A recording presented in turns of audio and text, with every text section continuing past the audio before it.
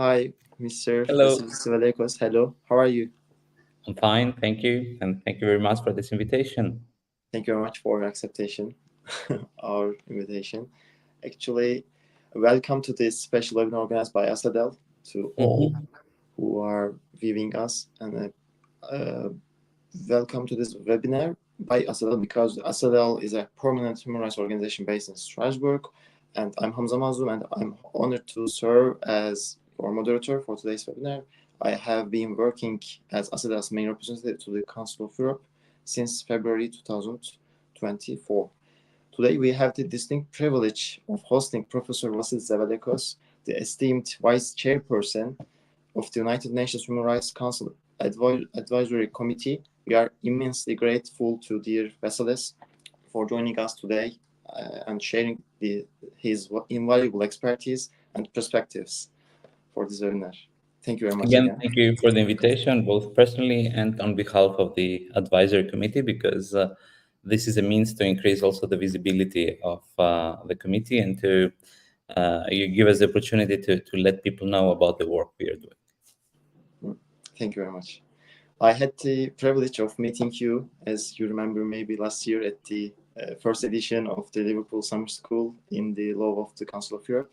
And I've been following your work in the field of human rights law since last year. Your efforts and your works in this field of human rights are very inspiring for those who are committed to the promotion of human rights law. Thank you for your efforts on this important subject. Before going into the main topic of the webinar, I would like to briefly introduce you to the audience.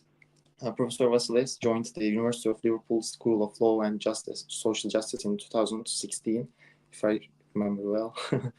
And he holds a PhD on public international law from the European University Institute, where he also did a master on legal research. Before the European University Institute, he studied European politics at the College of Europe and the public international law at Paris 1, Pantheon-Sorbonne. Vasilis did his main studies in law at the University of Athens. In the past, he has been a visiting scholar at Columbia Law School and a Grotius Fellow for one academic year at the University of Michigan Law School. He is an expert in public international law and human rights protection. He has published in various areas, including theory of international law, international European human rights law, and interaction between the two, with emphasis on the European Convention on Human Rights. He is the vice chairperson of the United Nations Human Rights Council Advisory Committee and a member of the Council of Europe's CPT. CPT, it's a European, actually brief name is CPT. Normally, it's called the European Committee for the Prevention of Torture and Inhuman or Degrading Treatment or Punishment. Professor Vasilis is also the co-editor-in-chief of the European Convention on Human Rights Law Review.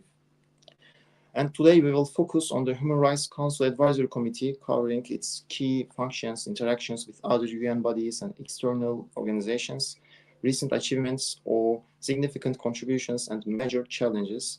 In addition, the involvement of young professionals and academics in human rights advocacy at an international level will be analyzed, as well as the ways global public and civil society organizations engage with and support the work of the Advisory Committee.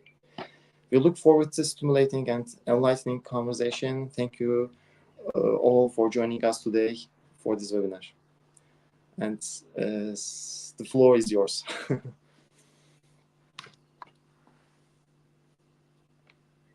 Thank you. So when you say the floor is mine, how it works? Are you going to ask some questions or? Yeah, I can start with the main question. Could you provide an overview of the Human Rights Council Advisory Committee and its primary functions? Yes, of course. So I will start with a few words about the institutional framework, and then if you want, we can go on more practical things and on how we are working in practice. So the institutional framework, to say this in very simple terms, the advisory committee is in a sense the grandchild of the UN General Assembly. So the UN General Assembly has a subsidiary organ, which is the Human Rights Council. This, we could call it something like a mini General Assembly. You have 47 UN member states, And the Human Rights Council, again, it replicates the logic of the General Assembly, and it is competent on any human rights issue. So this is the forum where states meet, and it has a number of functions, including monitoring states, standard setting, etc. The Human Rights Council has created as a subsidiary organ the Advisory Committee, which comprises 18 experts from all over the world, following the geographic representation model that applies within the United Nations. And the main tasks of the Advisory Committee is to act, in a sense, as a think tank for the Human Rights Council. So it provides expertise in the manner and the way that is requested by the Human Rights Council. And as I'll return to this point, I think this is important, and I need to clarify something in this respect here. Essentially, the Human Rights Council mandates the Advisory Committee. It requests the Advisory Committee to produce a study which is research-based. This then informs the works of the states, the Human Rights Council, which can decide how they will move forward, which of the recommendations by the Advisory Committee they will take forth, etc., etc. Now, with regard to the, again, institutional framework, 2 points. The first is that those of you who, not obviously you, but maybe in the audience that are people closer to my age, in the old textbooks of international human rights law, we've all learned about the Subcommittee on Human Rights. So in a sense, the Advisory Committee is, or if you want, the Subcommittee on Human Rights is the predecessor of the Advisory Committee. The Advisory Committee replaced the Subcommittee when we moved to the new system from the Human Rights Commission to the Human Rights Council.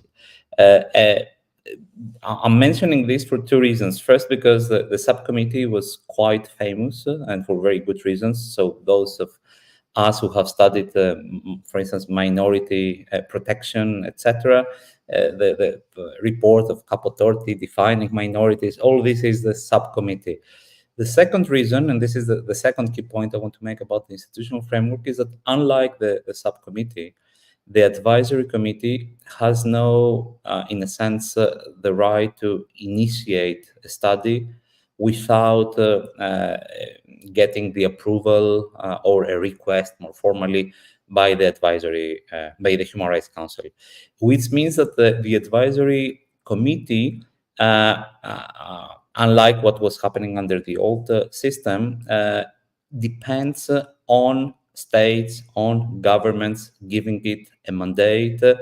Otherwise, no competence to discuss on and prepare reports on and promote essentially or advance human rights law.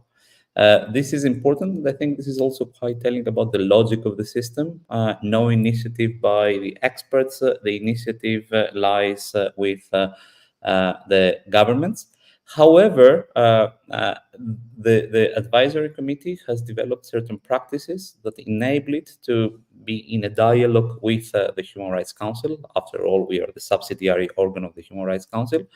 One of these means is that members of the committee can prepare proposals. We discuss these proposals within the Advisory Committee, and when we feel that these are ready, then these are, in a sense, addressed to the Human Rights Council. And it is also an invitation by us to governments to give us the mandate to study a particular topic because we think it is topical, because we think it is socially important, etc., etc. So the key point I'm trying to make here is that we have no competence and we cannot take an initiative to prepare a study on our own. However, we can take the initiative to recommend a topic to the governments, the Human Rights Council, and sometimes we are successful in obtaining a mandate on the basis of these proposals. This is with regard to the institutional framework and the powers of the Advisory Committee. Now, if you have any follow-up questions on how we work, etc., more than happy to answer and to elaborate. I think you are on mute and I cannot... Yeah, could you hear me? Yes, okay. yes, I Thank can you. hear you. The second one, maybe, could you explain the working methods and process of the advisory committee in the details, if you want? Yes, the working methods. We have 2 sessions per year in August and in March. This is when we meet in person. These are the official, let's say, gatherings. But there is also a lot of work behind the scenes and through exchange of emails between the members in the intersession during the intersession periods. How we work when we have a mandate, and we can discuss later on about the topics that we have been mandated to discuss, then a working group is formed. We appoint a rapporteur. This is done on the basis either if the mandate stems from a proposal that we made, then the person who made the proposal is the rapporteur on this topic. Otherwise, if we receive a request by the Human Rights Council to discuss a topic that it is not coming from our initiative, it is not on the basis of a proposal that we had made, then any member of the advisory committee can express their interest to become the rapporteur. So we have a rapporteur, we have a working group. Again, members can express their interest to join a working group and assist the rapporteur in preparing this report. And in the sessions, also the first time we meet to discuss a particular topic, we appoint a chair of the working group. And then in practice, how it works, a lot of work, or the most part, is done by the rapporteur. And the methods are discussed within the working group. For instance, we can issue a call for input by third parties, including NGOs, or governments, national human rights committees, etc. This can be done in the form of a questionnaire. So if we want to have input, the opinion of different stakeholders, actors, etc., what we very often do is we publish a questionnaire, and we invite these third actors to give their input. These, to draw a parallel, would be very similar to third-party interventions before a court. Okay, the difference is that we don't have a dispute, we don't have 2 parties before us, etc. It is more consultancy. It is more. This is advising governments. This is what the advisory committee is doing. And sometimes our questionnaires are very well received. We are receiving really valuable input, which then shapes what we do. We also engage directly with stakeholders, so it can be NGOs attending our public sessions and commenting on the work that we are doing, or requesting that we address specific aspects of a topic, or sometimes even expressing their dissatisfaction because something that they think is important, we may have missed it, or based on discussions we had, we decided not to include this in the report. We are also directly liaising with a number of other stakeholders and actors within the United Nations system, including special procedures.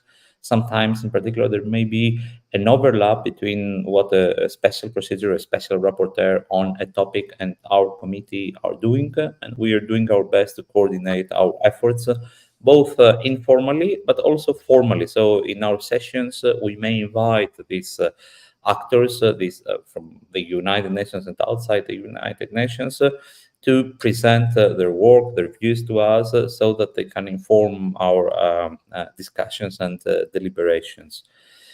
There are certain parts of our sessions which are public, and they are open to audience, and including, of course, NGOs, but most importantly, including to states, the UN member states. And there are certain parts of our meetings which are private, and this is where we are discussing also, in a more, if you want, sometimes informal manner, the substance of our reports or proposals for topics on topics to the Human Rights Council.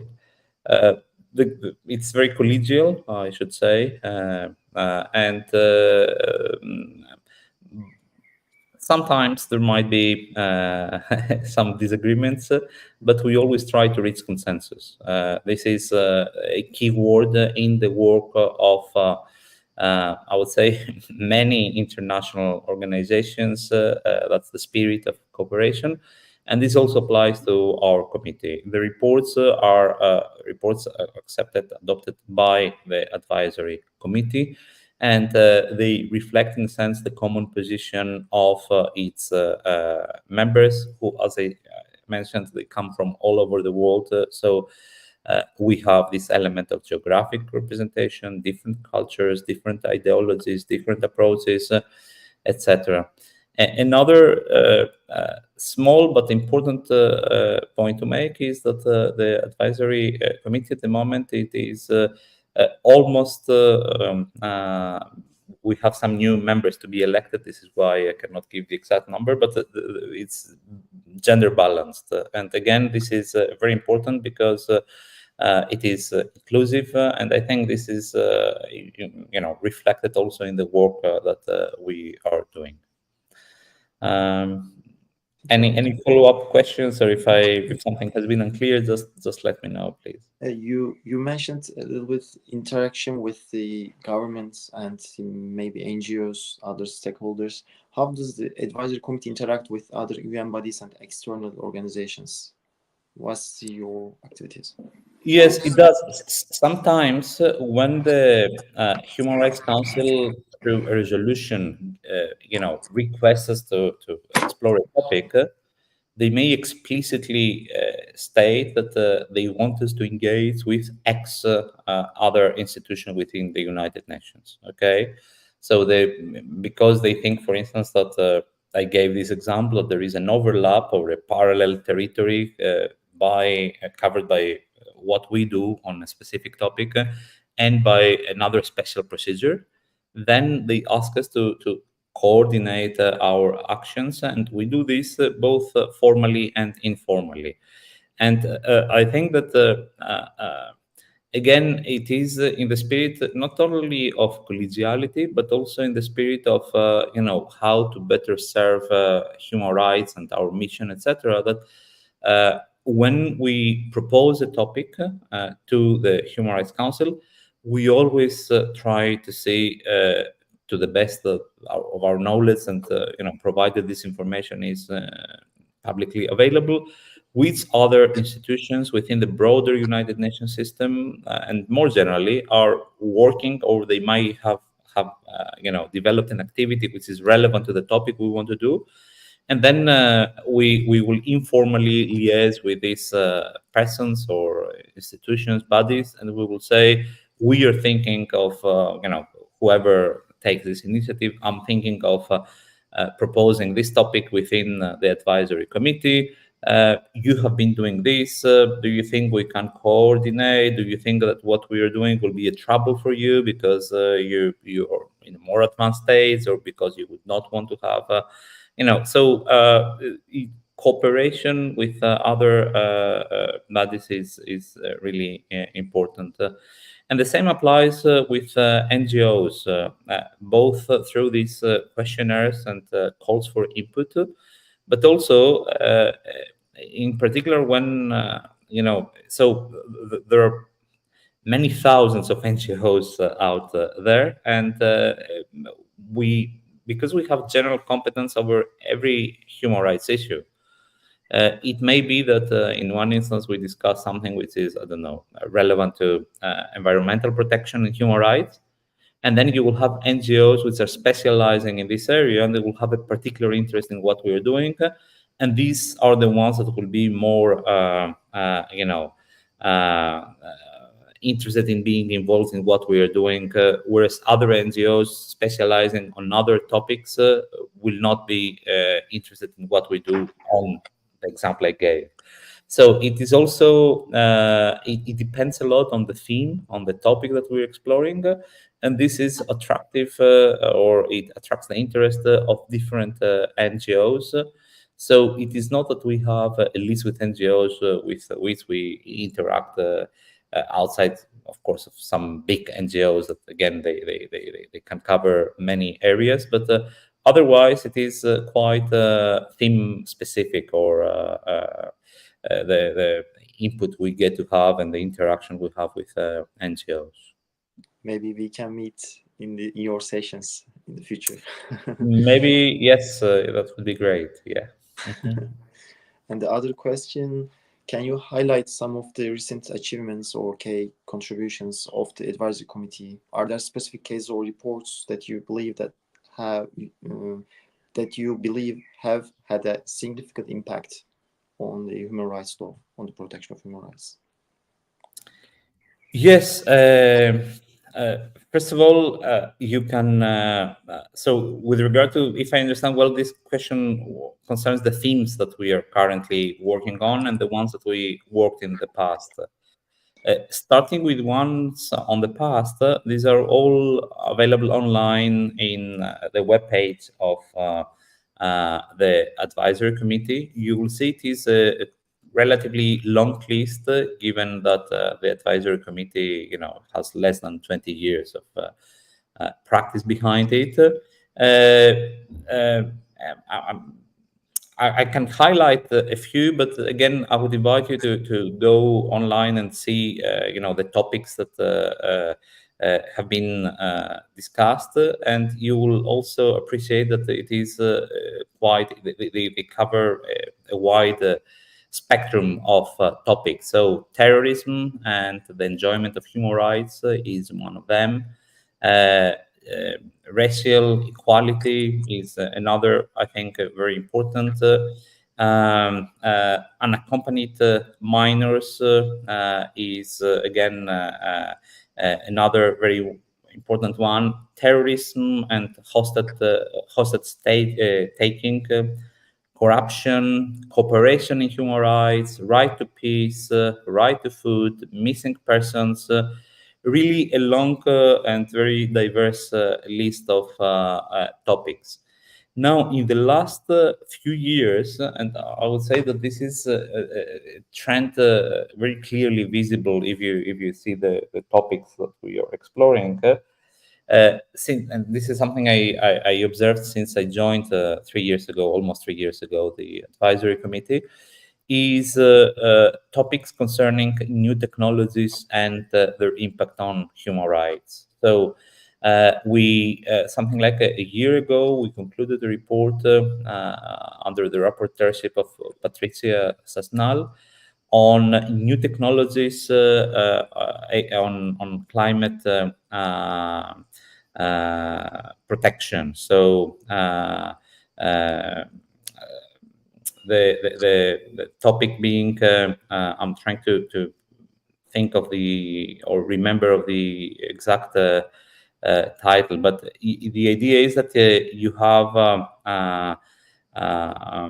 these new technologies such as geoengineering, etc., carbon capture, that they promise to fight climate change. And of course, it is very welcome that science works towards finding solutions to address the climate change problem. But then the question is whether these new technologies, in particular, if they are not, tested enough, they can cause harm to human rights, and in particular with regard to certain vulnerable groups or regions in the world. So this is a report that, in a sense, what it says is that good intentions are not enough. We need to be cautious, and we need to see if in our effort to fight climate change, there is a negative impact and challenges for human rights. So this is one example. We have another topic which is to be finished very shortly. So I think that hopefully within the next few weeks this will be finalized, which is neurotechnology and human rights. Again, this is a new type of technology. It is emerging. In a few years' time, it is already used. It is already there. And it raises many issues, both offering opportunities and challenges for human rights. Opportunities in the medical field, and then one dimension is, how, for instance, the right to health can absorb this new technology, and how this new technology can have an impact on the enjoyment of the right to health or even life.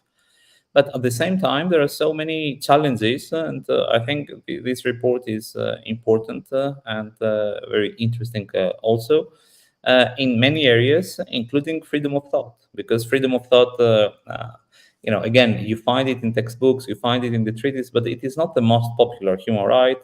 One very important reason being that, until now there have not been, so many means or ways to interfere with our thoughts, with the freedom of thought. Neurotechnology can raise challenges in this respect. For instance, we are currently working on another topic, which is artificial intelligence in the military domain.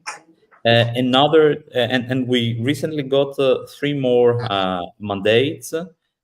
One, plastic pollution and their implications for the enjoyment on the enjoyment of human rights. But the other 2, again, you will see they are linked to technology. One of them is disinformation and human rights. Again, very important. I'm sure you're aware of the impact it may have even for democracy, challenging democracy. And a very new mandate on the technology-facilitated gender-based violence and its impact particularly on women and girls. So all cyber activities and how this can threaten the enjoyment of rights, in particular of women and girls. So I think that there is a clear trend in the last few years to study questions that concern new technologies and human rights, the so-called 4th generation of human rights. This does not mean that there are no other topics in our agenda. I gave you the example of the new mandate we got on plastics and environmental protection. And based also on the information I have from discussions with colleagues, or even my own thoughts about possible topics, etc., there are still quite a few topics that are not necessarily or strictly connected with new technologies, that they pose threats and challenges for human rights, and we would need to address them. And we are working towards recommending these topics to the Human Rights Council. If I may go back to the previous question that you made, this is just, I thought how we are working again, how we are liaising with other institutions. What I forgot to mention, and is very important, is that we have a very close cooperation with the Bureau of the Human Rights Council. So it is, of course, this can be done, directly, between our committee and states, UN states. But for a more coordinated action, our bureau, meets with the Bureau of the Human Rights Council to discuss both topics of interest, but also all the, practicalities, institutional arrangements, etc., etc. So this is an omission, important omission to your previous question. Yeah, regarding this point, I think the other international organizations such as Council of Europe, European Parliament, and European Union institutions, actually they are dealing with the emerging topics such as neurotechnology or data protection, AI law. Do you interact with them on such issues? Yes, this is a very good question. Of course, other institutions, both regional and at the global level, they are working on similar issues, and sometimes they may be overlaps. And in particular, you mentioned the Council of Europe, and I know you're based in Strasbourg and you're monitoring closely what the Council of Europe is doing. For instance, the new Convention on Artificial Intelligence, this is a novelty.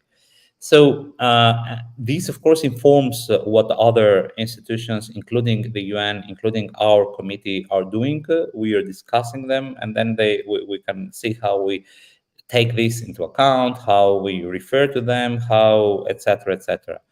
Now, with regard to more direct ways of cooperation, I would say it depends. For instance, on the report on neurotechnology, UNESCO has done, and I think it is one of the very few institutions, because this is very novel. They have done work on this. And our rapporteur and our committee, they directly liaise with UNESCO. We had a very, both formally and informally close cooperation. But this does not mean that, so it is, I have examples. Maybe if we move, this is not the advisory committee, but the CPT, for instance, I know that there are direct channels of communication with the SPT, the equivalent organ, the equivalent body within the United Nations. But this is, in a sense, also, in brackets, natural. Why? Because both these bodies, both these institutions, they do more or less the same. They have the same, they are entrusted with the same functions, responsibilities on the same topic, etc., etc. So it is important to have this sort of cooperation, and it exists. Our committee in the United Nations, the advisory committee, because again, we cover a wide spectrum of topics, the cooperations we will have are always on an ad hoc basis. So we studied a topic, neurotechnology, we know UNESCO has done something, we will liaise with UNESCO, or UNESCO will liaise with us. We have a topic on, you name it, there is a special rapporteur working on this topic, both formally and informally. And I emphasize the informal because there are many things done, you don't need to have a UN official meeting, etc. You can just send an email and say, I'm working with the advisory committee. I know that you're doing this. Let's have a Zoom call, or let's meet in Geneva when we are both there to discuss what is your approach, what is my approach, and how we can better coordinate our efforts, etc., etc. So this exists, but when it comes to the advisory committee, this is done on an ad hoc basis based on the topics that we are exploring. Thank you very much. I have been informed about it. And the other one, what are some of the biggest challenges of the advisory committee recently? Yeah, quite a few. I'm keeping also notes to better, structure my answer. I could name 4 challenges. One of them I have already mentioned it, and it is that unlike the subcommittee, unlike the old system, the advisory committee relies on the will of governments on the Human Rights Council to give it, to request it to study a topic. Okay, this means that sometimes we may do something and wonder, do we have the competence to do this? There is a resolution and says, the Human Rights Council requests the advisory committee to produce a study on this topic. And it's a question of interpretation of this topic. And sometimes we may self-restrain ourselves and say, something, this can be misread by states, and in particular by certain states. And therefore, we should make a step back and abstain from mentioning or referring to this issue, because we would not, of course, want to, be accused of acting ultra-virus, essentially. So at the same time, the fact that we cannot take the initiative to study something just because we like it and we rely on mandate means that we need to liaise with the governments and again through informal channels try to have an impact on their decision to assign us a task. So for me, this is one of the challenges. Sometimes input from third parties. I have in mind examples of topics where we requested input and then we got abundance of responses and feedback, etc., etc. There have been other topics where, for any reason, sometimes even it can be the way we communicate this, and we did not receive the input, or you may receive input, but it is not as thorough, as detailed, as to the point as you would have wished. So input from third parties, and again, your NGO, this is something that you could have an eye on, and these requests for inputs are advertised on the webpage of the advisory committee, but then through LinkedIn and other means of that type, we try to reach our network and say, something, we need your input. So maybe this is something your NGO would be interested in doing. Another challenge is that this is done pro bono, and we, of course, on the other hand, it costs money to the United Nations, because these 18 experts traveling twice a year to Geneva. You have the secretariat, you have the translation, which again is I'm not saying that on the one hand it is pro bono, and the members, we do this because we want to contribute. On the other hand, it does cost money to the United Nations, and again, two different tensions on the one, or two different approaches. On the one hand, if you ask the members of the advisory committee, we will tell you that we would like to be able to meet more regularly, and to be able also to be in Geneva during periods of the year that they are where more things are happening, and it is you have more chances to meet with all the other stakeholders, and both formally and informally liaise with them and interact. So, for instance, the August session is not ideal because sometimes even permanent missions, many people are on holidays. It's August, etc. So. On the other hand, I know that, as I told you, it costs money. It is an administrative burden, and there are limits as to what extent our requests could be accommodated. We had discussions in the past with the Bureau of the Human Rights Council about moving the August session to closer to the Human Rights Council session. For the reasons that I mentioned, again, I don't know to what extent this is, easy to implement and to, etc. At the moment, because of the liquidity crisis of the United Nations, which is a major issue, and it is also quite telling about how certain states approach the United Nations and human rights. The August session of the advisory committee has been postponed, which is again regrettable, because we don't have the means to, of course, informally we all work during the entire year, but it is different being and there are decisions that cannot be made unless we meet in person formally, etc., etc. So this is another challenge, and the last one, but again, I think this is a feature which is inherent to the system, is politicization. Okay, the UN was reformed, the human rights system was reformed, and we moved to the Human Rights Council and to the advisory committee system because of the politicization of the former system, etc., etc. I think to an extent, this continues to apply, and this also affects the works of the advisory committee.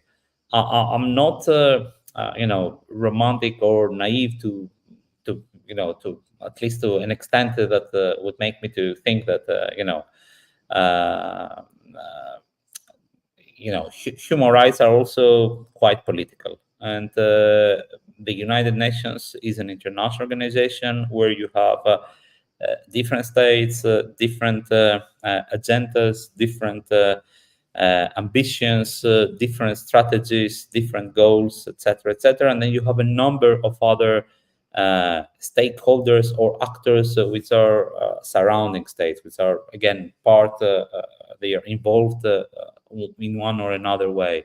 So it is a complex system, and this leads to politicization, which sometimes you can also feel it within the advisory committee. But again, as I said, we are a very collegial body, and in the end, at least, this has been the experience in the last almost 20 years of the function of the advisory committee. We managed to reach consensus and to deliver outputs which we hope are useful for not only for the Human Rights Council and the governments, but for the broader human rights system, because these are reports which are public and they can be used by any actor or person or institution which is interested, including international judges, national judges, NGOs, etc., etc. Sometimes I think some documents from the United Nations or Council of Europe can be used as documentarial documents or for the future, maybe documents or reports of the NGOs or the other institutions, I think.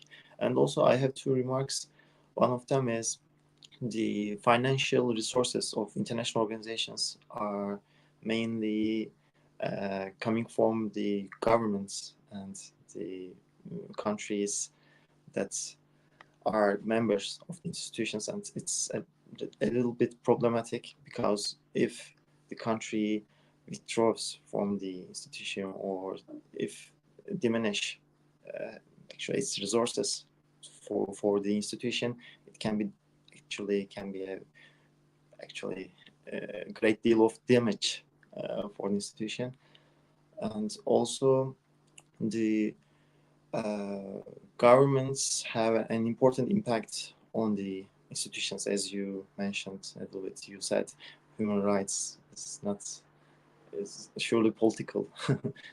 We can't exclude the politics from the human rights law. Yeah, it can be problematic sometimes. And the other question is, could you share a personal experience or moment during your tenure that was particularly impactful or memorable for you? Yeah, before that, let me say that I fully agree with you. And again, it is inherent to the system.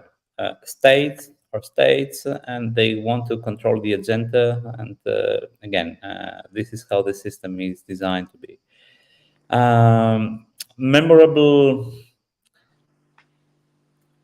I mean, I'm trying to do my best as a member. It is not. Okay, two things. When we meet for 1 week in March and 1 week in August, we do not only discuss the reports, etc., or the proposals. So there are a few sessions that we have on our working methods, on interaction with other institutions, etc., etc.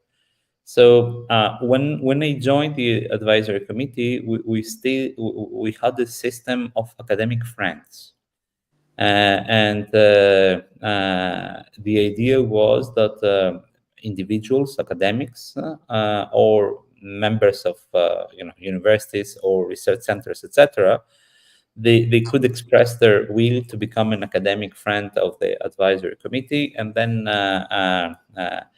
provide support in our works, etc., etc. So, to my understanding, this system was not working well, and it was not working well for two reasons. The first reason is that one academic, for instance, I am an academic, I have an expertise, an interest in X area. This does not mean that I'm doing another area. But the advisory committee, and again, if you go through the list with the reports that we have produced in the past, it's quite diverse, which means that we need ad hoc support on a given topic, but by the academics and then NGOs, other actors who are also experts in the area. And the second reason is complementary to it, is that in practice, as I already explained, when we treat a particular topic, we also try to see who are the academics who have written on this topic, who are the NGOs working on this topic, who are the other institutional actors, including within the United Nations, who are working on this topic, and we liaise with them or we invite them to contribute. So in practice, this network of academic friends was not working, and my task in the first 1 year and a half of my mandate was also to see how we reform this. And in the end, we decided to abolish this system and to move. So this has to do with working methods. Another example is this report on neurotechnology. And I would not want to take, I'm chairing this working group, but credit goes to the rapporteur, Milena Costas Trascasas, a colleague and former chair of the advisory committee, who came with this idea. We discussed it within the advisory committee. And when it was still not even mature enough, because usually we do this in 2 rounds. Someone presents an idea, we give feedback, and then the next session, the person presents a new version of the proposal, incorporating the collective reflection, the feedback that that person has received. So Milena's report and proposal, we only discussed it once. I personally found it extremely interesting and topical, and I wanted to be more involved. And so I liaised with the permanent mission of Greece to the United Nations in Geneva, and we discussed if they could support this. So Greece has been my home country in a sense, has been quite influential in in liaising with other governments, and in the end, a number of countries, with Greece being the penholder, as we call it, they passed a resolution inviting, in the Human Rights Council, inviting the committee, the advisory committee, to work on this topic. And this is how we got this mandate. So essentially, I acted as a bridge, and I would like to give this as an example of, because the balance to be maintained sometimes is quite fine. We, as independent experts, we are nominated by countries. And this goes back to the question of the politicization, etc., etc. And when we are elected, we are independent experts. We are not representing a state. We are not receiving instructions from a state. We are not there to serve the policy goals of a state, etc. On the other hand, we are all in the same, let's say, system. And in particular, when we want to lobby, I'm using the word in brackets, to receive a mandate, to receive a request to work on a topic, this can only be done through states. So inevitably, we are working with states and permanent missions. So I would give this as a very, as an example of a very healthy cooperation. On the one hand, I think this does not undermine at all independence. On the other hand, is knowing that a particular government would be keenly interested in a topic and would like to promote this within the Human Rights Council, why not approaching them and secure a mandate, which again and again, this you can. I think one can see how human rights mature and how human rights advance, because this is going to be the first ever report on neurotechnology and human rights. And this is just the beginning, because this topic is there. We will all experience it in the years to come. And then the Human Rights Council will take this. There might be some further action developed into some principles, for instance. They may appoint a special rapporteur on this topic. In the future, there may be, discussions about the treaty on this topic, a soft law instrument, or, we don't know how this will grow, but the seed is there. And this is what the advisory committee is doing. And again, credit to Milena, my colleague, for having this idea and for being the rapporteur on this, and to the governments, including the Greek government, for making this possible by giving the mandate to the advisory committee. Thank you very much. It's impressive to be informed on the emerging topics from your committee. You have great expertise. I know you, but I know that other experts in your committee have great expertise on these subjects, and it's very impressive to be informed, because sometimes you have no idea about an emerging subject, and it's good to be informed in every session. And how can you can. So it is not that we are experts on everything. So if you would ask me about neurotechnology and human rights 3 years ago, I would have a very rough and vague idea. But then when a topic is in our agenda, we also we do research in the same way that you do research for an academic paper or a publication, etc.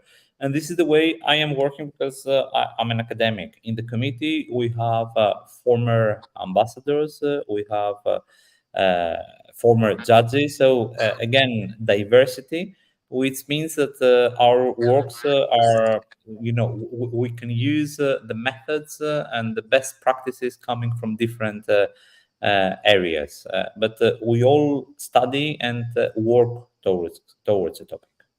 Yeah, and also the possibility of the interaction with other stakeholders is also important to be expert in a subject. Yeah, by all means. Yeah. Thank you very much. And the last question may be, how can young professionals and academics get involved in human rights advocacy at the international level? As a great expert in this field, what advice would you give to those who are already engaged in human rights advocacy?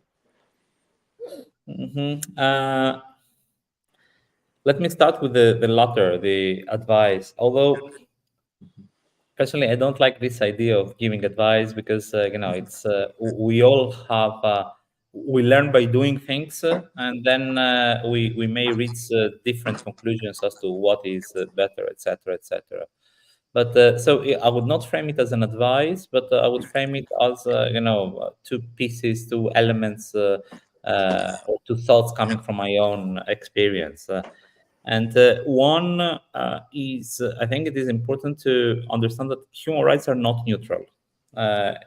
Depending on one person's ideology, experience in life, religion, where we come from, where we grew up, etc., etc., we may have different, even political preferences inform our approach to human rights. So I think that it is very important to realize this, to understand this, and what I personally do sometimes is when I have a human rights issue, and I automatically an answer or a suggestion or an indication as to how to move, what is the direction we should take, comes into my mind, and then I'm trying to make a health check, as I call it, and say, okay, why this and not something else? And then I try to link this with my ideological premises, and I try to be consistent. And it is fine to disagree because it's, human rights are not neutral. They are not immune to ideology. So try to convince, try to be advocate. You use this term. Try to convince other people why your own approach is better, why it is fair, why it is just, why, etc., etc. So this would be one tip, or one uh, thought I have when I think in in terms of human rights. The second one, and this also has some doctrinal, uh, you know, uh, uh, dimensions as well, is that human rights cost money. The positive dimension when a state needs to do something to prevent, to punish, to etc., etc. And increasingly, human rights are developing this positive human rights dimension, but this costs money, and this means allocation of resources, and resources are limited. So again, it's a question of being reasonable when it comes to human rights, because we don't, in particular, when you advise governments, if you want to, your work to have some impact, you want to ensure that what you're requesting is reasonable, and that the governments will not read this and say, okay, this costs so much money, it is not a priority, I will not deal at all. It is better to make governments deal a little bit, to the extent that this is economically viable, possible, etc., than be maximalistic and request everything and very high standards, because in the end you get nothing. I know this, someone might listen to me saying this and saying, yeah, you're compromised, yes, I would, maybe when I was in my 20s, I was thinking differently, but this is how I think now. And if we make the same discussion in 20 years from now, maybe I have a different opinion, but this is how I think now.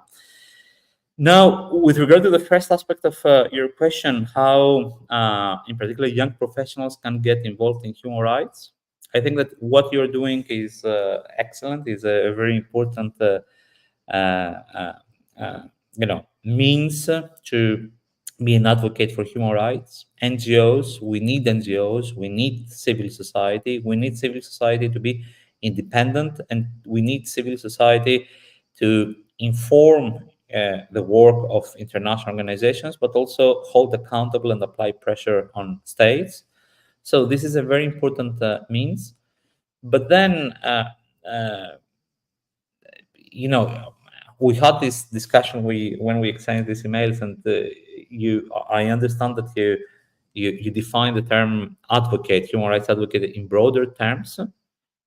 In this case, what I would say is that whatever the role of someone is, that person can be a judge, they can be an MP, they can be someone in the administration of the state, they can be someone in the administration of international organization, etc., and not necessarily a human rights organization. Okay, I think that it is very important to embed human rights in our thinking, to have to approach any decision we make, any policy we devise, etc.,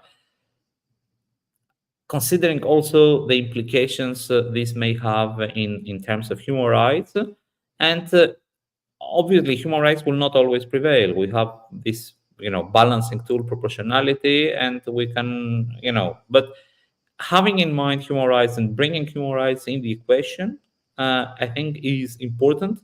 And going back to NGOs, when this is not done by decision makers, having the NGOs outside of other institutions of checks and balances, etc., but having the civil society applying pressure and holding decision makers accountable is very important, and it is definitely a gain for human rights.